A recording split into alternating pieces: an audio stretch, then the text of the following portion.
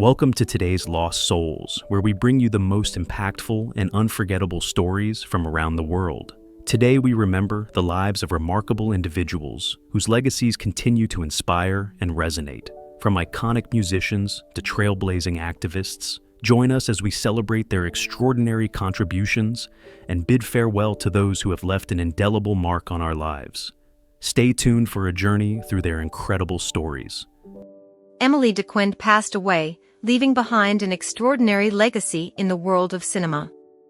A gifted Belgian actress, she was celebrated for her powerful performances in both independent films and major productions.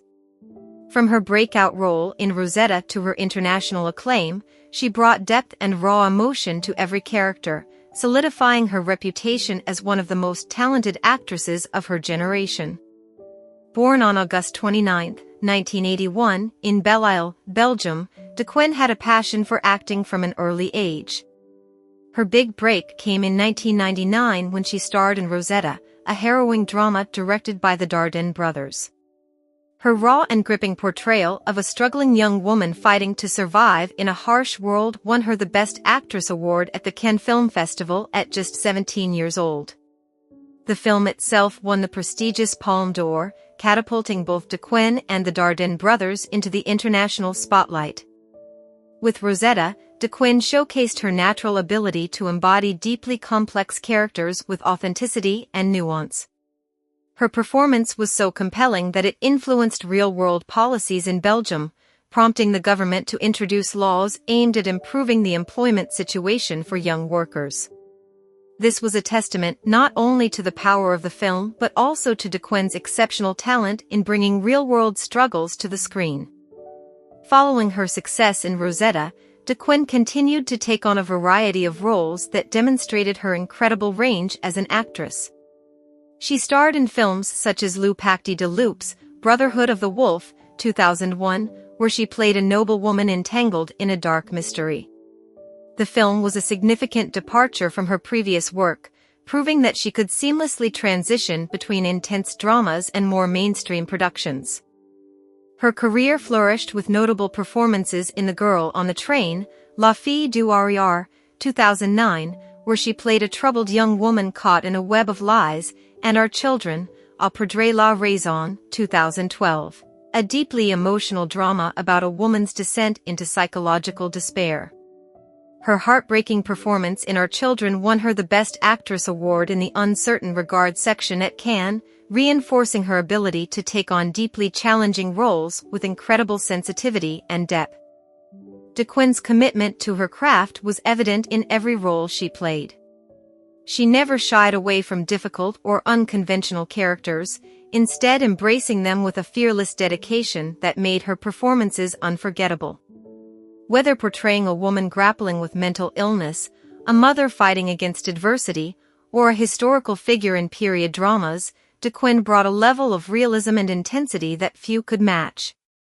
Beyond film, Dequenne also had a strong presence in television and theater. She took on significant roles in French and Belgian productions, further establishing herself as a versatile actress who could captivate audiences in any medium. Her talent was widely recognized in France, earning her numerous accolades, including a Magritte Award for Best Actress. Despite her international success, Dequenne remained deeply connected to her Belgian roots. She frequently collaborated with Belgian filmmakers and used her platform to support independent cinema. She was passionate about storytelling and was known for her deep respect for directors, writers, and fellow actors. Her humility and dedication to her work made her not only a beloved performer but also a cherished colleague in the industry. In addition to her professional achievements, Dequenne was admired for her generosity and kindness. She was an advocate for social issues and often participated in humanitarian efforts. She supported causes related to women's rights, mental health awareness, and education, using her influence to bring attention to important matters. Dequenne's personal life was as rich and fulfilling as her career. She was known to be a devoted mother and a loving partner, balancing her family life with her demanding work schedule. Despite the pressures of fame, she managed to maintain a sense of normalcy and remained grounded throughout her career. Her passing is a tremendous loss to the world of cinema and beyond. She leaves behind a body of work that will continue to inspire and move audiences for generations. Her ability to convey raw emotion, her dedication to complex characters, and her profound impact on the film industry make her a true legend. While she may no longer be with us, Émilie Dequenne's spirit lives on through her films, her performances, and the lasting impression she has left on the art of storytelling. Her talent, passion, and humanity will never be forgotten. Rest in peace, Émilie Dequenne. Your light will continue to shine on the silver screen forever.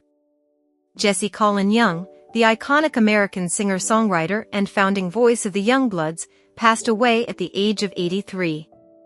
Best known for his deeply moving performance of Get Together, a song that became a universal anthem of peace and unity, Jesse's legacy stretches far beyond radio hits. He wasn't just a musician. He was a voice for harmony in a time of discord, a gentle rebel who believed in the power of love, connection, and music to heal a fractured world. Born Perry Miller on November 22, 1941, in Queens, New York, Jesse's early life was steeped in music.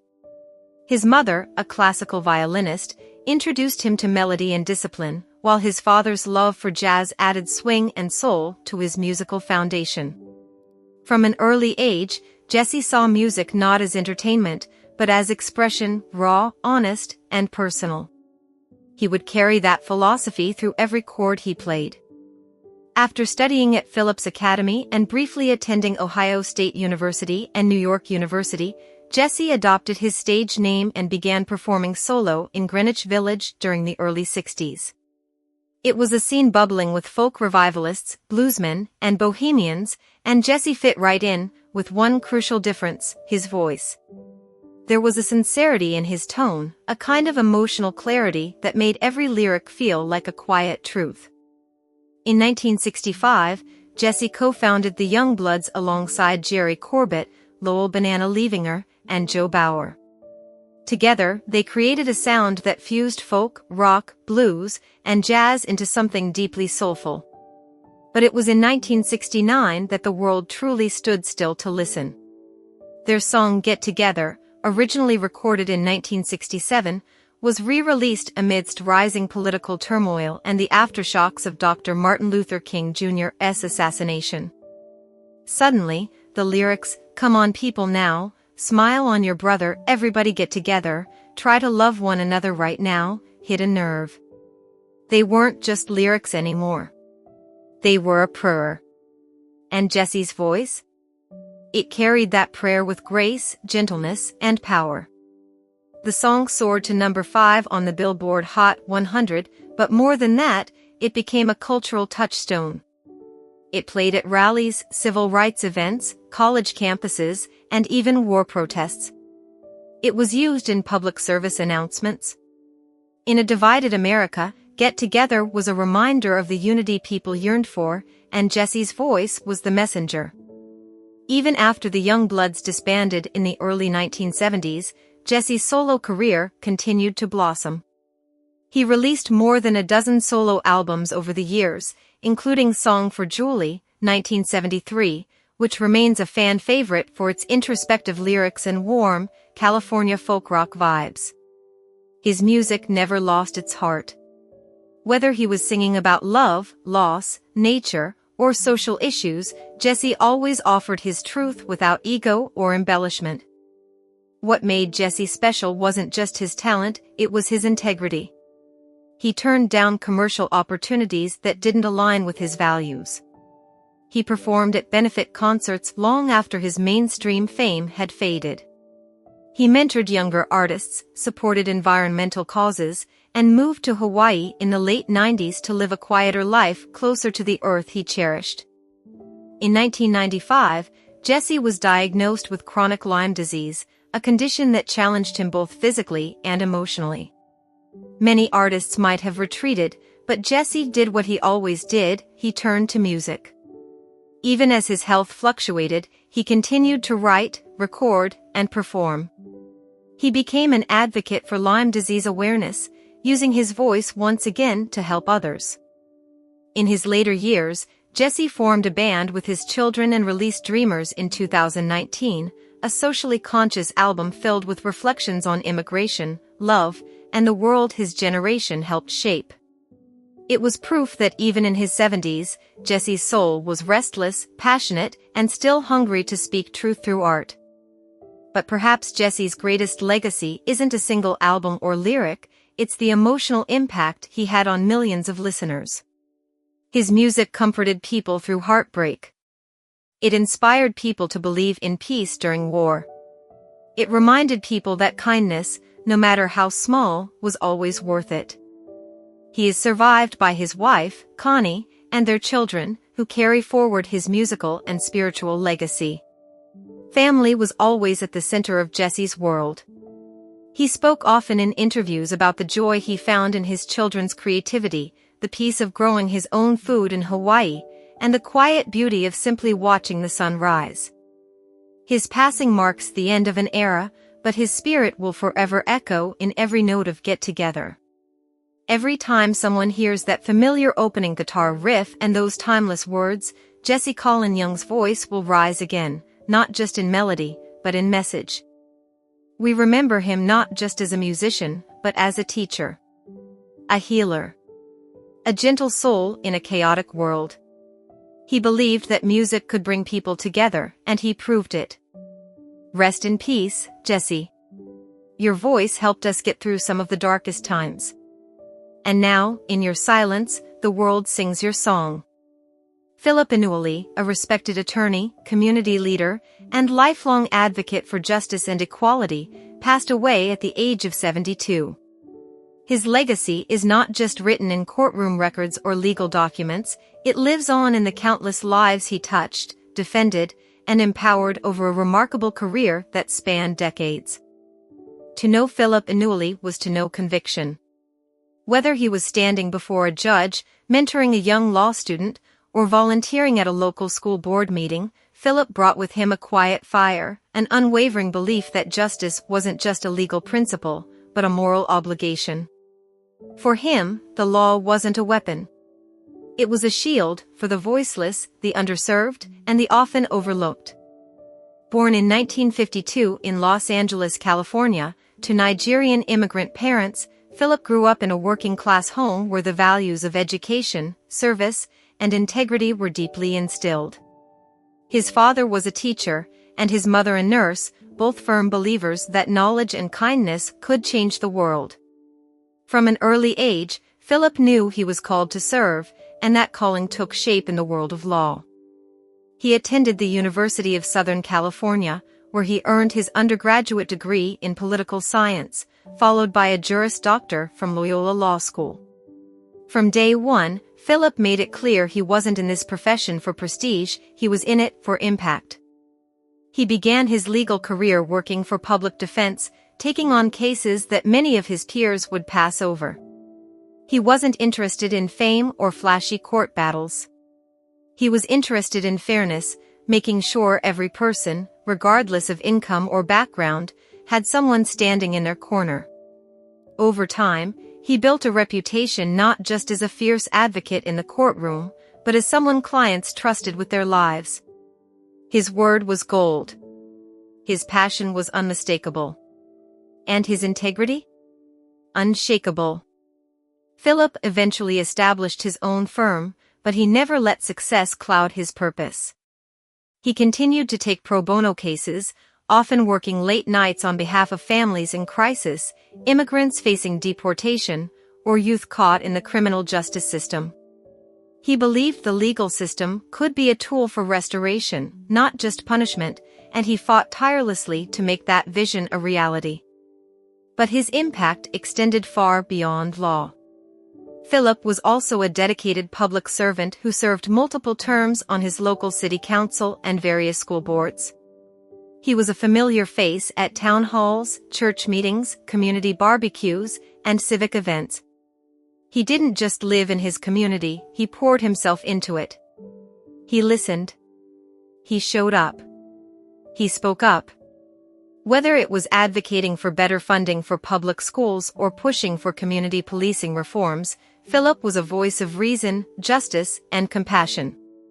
One of his most well-known initiatives came in the early 2000s, when he helped establish a free legal clinic in his district. Staffed by volunteer attorneys and open to anyone in need, the clinic became a lifeline for thousands, offering legal guidance, representation, and, more importantly, hope. That clinic is still open today, continuing the work he started. Colleagues described him as a legal lion with the heart of a teacher. He mentored dozens of young attorneys, many of whom credit Philip with shaping their careers and their values. He would often say, "If you're not using your knowledge to uplift someone else, then what's the point?" He believed law was a service industry at its core, and service was his soul. Despite his demanding career, Philip never lost sight of what mattered most, his family. He was a devoted husband to his wife of 45 years, Clarissa, and a proud father of 3. He was also a grandfather, and nothing made his eyes light up like talking about his grandkids. He was the kind of father who made it to every recital, the kind of husband who still opened doors after decades of marriage, and the kind of man who would cook breakfast for everyone on Sunday morning, always wearing that same faded apron and a huge smile. He had an easy laugh and a quiet confidence. He wasn't flashy, and he didn't need to be. When Philip walked into a room, people paid attention, not because he demanded it, but because he earned it. He had that rare mix of authority and humility, and he led not with a loud voice, but with a steady hand. Philip was also a man of deep faith. His spirituality wasn't loud or performative, it was lived. It showed up in the way he treated people, in his patience, his kindness, and his empathy.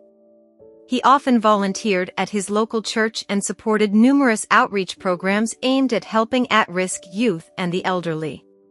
He didn't just believe in doing good, he did it, quietly and consistently. His passing is a profound loss, not only for those who knew him personally, but for the broader community he served so selflessly. He leaves behind a legacy not of accolades, but of action.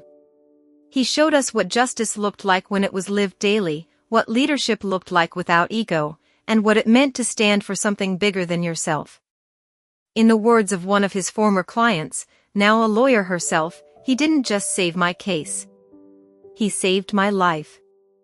Philip Enewally may be gone, but his impact endures, in the lives he changed, the minds he shaped, and the community he lifted up every single day. The ripple effects of his compassion, courage, and conviction will be felt for generations. Rest in power, Philip. Your fight was noble, your heart was pure, and your legacy is eternal. Brian James? Brian James passed away at the age of 73, leaving behind a lasting impact in the world of rock music. Best known as the founder and guitarist of The Damned, James was a pioneer of the punk rock movement, influencing generations of musicians with his raw energy and rebellious spirit. Born in England in 1950, Brian James developed a passion for music early in life. Inspired by the gritty sounds of garage rock, early punk, and blues, he picked up the guitar and began crafting his own hard-hitting, aggressive style. In the mid-1970s, he became one of the key figures behind the rise of punk rock in the UK, alongside bands like the Sex Pistols and The Clash. In 1976, James co-founded The Damned, a band that would go on to make history as the first UK punk group to release a single, New Rose, and an album, Damn Damn Damned. His guitar work on these early tracks helped define the raw, fast-paced sound that became synonymous with punk. His songwriting was equally impactful, blending dark themes with high-energy riffs that made The Damned stand out from their contemporaries. Despite internal conflicts within the band, James's contributions were undeniable. His influence extended beyond The Damned, when he later worked with Lords of the New Church, another punk-influenced rock band. He continued to release music, collaborate with other artists, and remain an icon in underground rock circles. James's legacy isn't just in the records he helped create, but in the countless musicians he inspired. His guitar tone, songwriting, and unapologetic attitude shaped the evolution of punk, post-punk, and alternative rock. Bands like Guns N' Roses, Green Day, and even Metallica have cited early punk pioneers like James as major influences in their own musical journeys. Even in his later years, Brian James remained active in the music scene, playing live shows and connecting with fans who appreciated his role in shaping punk music. His passion for the genre never faded, and he continued to be a voice for the rebellious spirit of rock and roll. His passing is a tremendous loss to the music world, but his contributions will live on through the countless bands and fans who still embrace the punk ethos he helped create. Rest in peace, Brian James. Your music will continue to inspire generations of rock and punk musicians. Dwayne Wiggins. Dwayne Wiggins passed away at the age of 62, leaving behind a rich legacy in R&B, soul, and music production. As a founding member of the legendary group Tony, he helped define the sound of 90s R&B with timeless hits that continue to influence artists today. His smooth guitar skills, soulful voice, and masterful production made him one of the most respected figures in the industry. Born and raised in Oakland, California, Wiggins was surrounded by music from an early age. Influenced by the rich musical heritage of the Bay Area, he grew up listening to everything from soul and funk to rock and jazz. This diverse musical upbringing would later shape the unique sound that set him apart in the industry. Alongside his brother Raphael Saadiq and cousin Timothy Christian Riley, he formed Tone. In the mid-1980s, a group that would go on to become one of the most successful R&B acts of their time. The group exploded onto the scene in the late 80s with their debut album, Who, which featured the hit single Little Walter. But it was their follow-up albums, The Revival and Sons of Soul, that solidified their place in music history. Songs like Feels Good, It Never Rains in Southern California, and Anniversary became anthems of the era, blending old-school soul with modern R&B in a way that felt both nostalgic and fresh. Wiggins' role as the guitarist and co-vocalist was instrumental in shaping the band's signature sound. His ability to craft infectious melodies and heartfelt lyrics made him an essential part of the group's success. As Tone continued to dominate the charts, Wiggins began exploring other avenues in music. While the group eventually disbanded, his influence in the industry only grew stronger. He transitioned into production, working behind the scenes to help shape the careers of up-and-coming artists. His production skills and keen ear for talent led him to work with some of the biggest names in R&B and hip-hop, including Beyoncé, Alicia Keys, and Keisha Cole. His work on Destiny's Child's early music played a crucial role in their rise to superstardom, and his mentorship of Bay Area artists helped put the region on the map in the R&B world. Beyond music, Wiggins was deeply involved in his community. He never forgot his Oakland roots and worked tirelessly to uplift young musicians and artists. Through his production company and mentorship programs, he provided opportunities for emerging talent to develop their skills and break into the industry. His commitment to giving back was a testament to his character and passion for music as a transformative force. Despite the shifting landscape of the music industry, Wiggins never lost his love for performing. Whether through reunions with Tone, or his solo projects, he continued to captivate audiences with his soulful voice and masterful guitar playing. His ability to evolve with the times while staying true to his musical roots made him a revered figure among both fans and fellow musicians. His passing marks the end of an era, but his influence will live on through the music he created and the artists he helped shape. His work with Tone remains a staple of R&B playlists, and his production credits serve as a reminder of his genius. The industry has lost a true icon, but his legacy will continue to inspire generations to come. His impact on music, his dedication to uplifting new talent, and his timeless contributions to R&B will never be forgotten. Rest in peace, Dwayne Wiggins. Your music and legacy will forever be a part of history. Alicia Burney. Alicia Burney passed away at the age of 22, leaving behind a legacy as a rising talent in comedy, social media, and entertainment. Known for her sharp wit, relatable humor, and fearless storytelling, she built a strong following through her online content, where she fearlessly tackled everyday life experiences with an authentic voice that resonated with many. Born into a creative family, Alicia had an innate talent for entertaining. She grew up surrounded by humor, music, and art, which shaped her into the bold and outspoken personality that her fans came to love. She first gained recognition through platforms like YouTube and TikTok, where she shared skits, story times, and reaction videos that showcased her unique comedic style. Her ability to turn even the most mundane experiences into hilarious content made her stand out in the crowded world of social media. Alicia's content was often inspired by real-life events, and her storytelling had an effortless flow that made audiences feel like they were talking to a close friend. Whether she was ranting about relationships, recounting embarrassing moments, or playfully roasting viral internet trends, her authenticity kept viewers coming back for more. Her videos often went viral, earning millions of views and turning her into one of the most promising young comedians in the digital space. What set Alicia apart from many others in the industry was her ability to balance humor with deeper messages. While her videos were primarily comedic, she wasn't afraid to touch on serious topics, including mental health, self-love, and navigating life's challenges as a young Black woman in America. She used her platform not just to entertain, but also to inspire and uplift her audience. Beyond social media, Alicia had ambitions that extended into traditional entertainment. She dabbled in stand-up comedy and had aspirations of writing and producing her own shows. With her raw talent and natural charisma, she had all the makings of a future star in television and film. Many of her fans believed she was just getting started and would go on to become a household name in comedy. Despite her success, Alicia remained grounded and connected to her supporters. She often engaged with her audience in live streams, responding to comments, and sharing behind-the-scenes glimpses of her life. She never put on a facade or tried to be someone she wasn't. Her unfiltered, real personality was what made her so beloved. Her sudden passing has left a void in the digital entertainment space. Fans and fellow creators alike have expressed their grief, remembering her as a light in the industry who had so much more to give. Her impact on social media and comedy will not be forgotten, as her content continues to bring laughter and joy to those who discover it. Alicia Burney's legacy is one of laughter, authenticity, and fearlessness. Though her time was cut short, she made an unforgettable mark on the world, proving that talent, passion, and originality can create lasting influence. Rest in peace, Alicia. Your voice, your humor, and your presence will be missed but never forgotten. Art Shallock. Art Shallock passed away at the age of 99, marking the end of an era for one of baseball's oldest living players.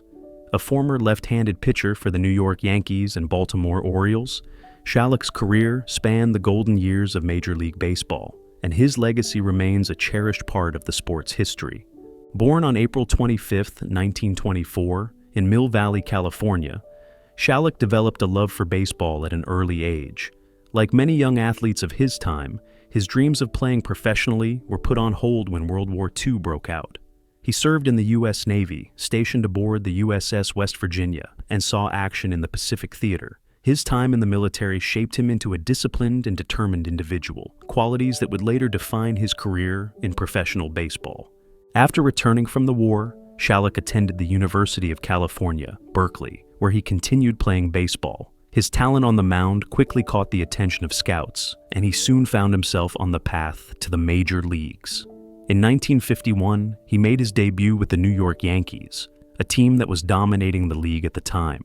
Though he wasn't a star player, Shallock was an essential part of the Yankees' pitching rotation. He played alongside legends such as Yogi Berra, Mickey Mantle, and Joe DiMaggio, experiencing firsthand the intensity and prestige of being part of one of the most successful teams in baseball history. Shallock contributed to the Yankees' 1951 and 1952 World Series winning teams, cementing his place in baseball lore. In 1955, Shallock was traded to the Baltimore Orioles, where he played for another season before retiring from the majors. His career statistics may not have been record-breaking, but his journey from a war veteran to a World Series champion was an inspiring story of perseverance and dedication. After his playing days ended, Shallock remained involved in baseball in various capacities. He worked as a scout and mentor, passing on his knowledge to the next generation of players. His love for the game never faded, and he often attended Yankees reunions, sharing stories of his time on the field with younger fans who admired the legends of his era. Shalek's legacy isn't just in the numbers he posted or the games he played, it's in the resilience he showed throughout his life. From serving in World War II to pitching in Yankee Stadium, his journey was one of triumph, hard work, and unwavering commitment to his passion. His passing marks the end of a remarkable chapter in baseball history.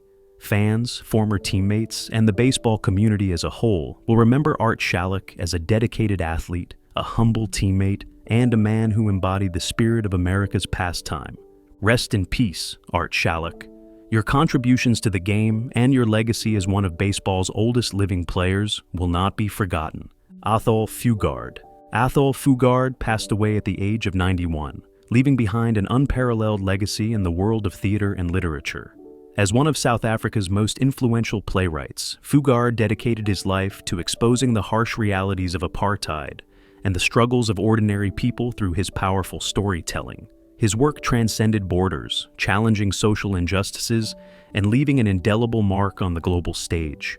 Born on June 11, 1932, in Middelburg, South Africa, Fugard grew up in a racially segregated society that deeply influenced his worldview. His father was an English-speaking South African of British descent, while his mother was of Afrikaner heritage. This unique family dynamic exposed him to different cultural perspectives, shaping his deep understanding of race, identity, and injustice.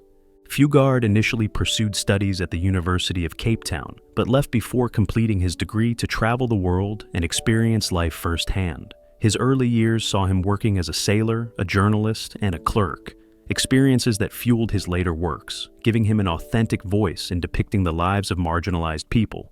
In the 1950s, Fugard's passion for theater took center stage. He began writing and producing plays that directly confronted the brutal realities of apartheid.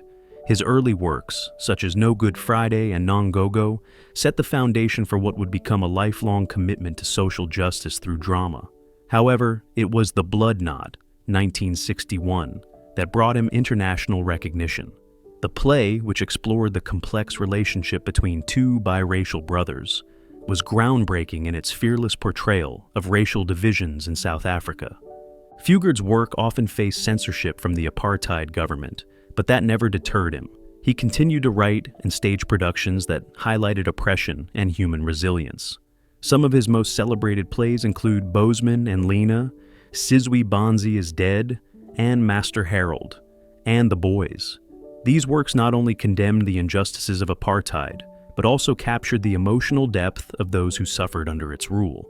His activism through theater made him a target of the authorities, and at times, he faced restrictions on travel and censorship of his work. However, the global theater community recognized his brilliance, and his plays were performed worldwide, from London to New York. His influence extended beyond the stage as he collaborated with anti-apartheid activists and intellectuals, using art as a tool for resistance.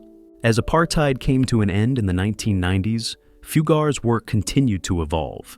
He began exploring themes of reconciliation, memory, and the lingering scars of South Africa's past.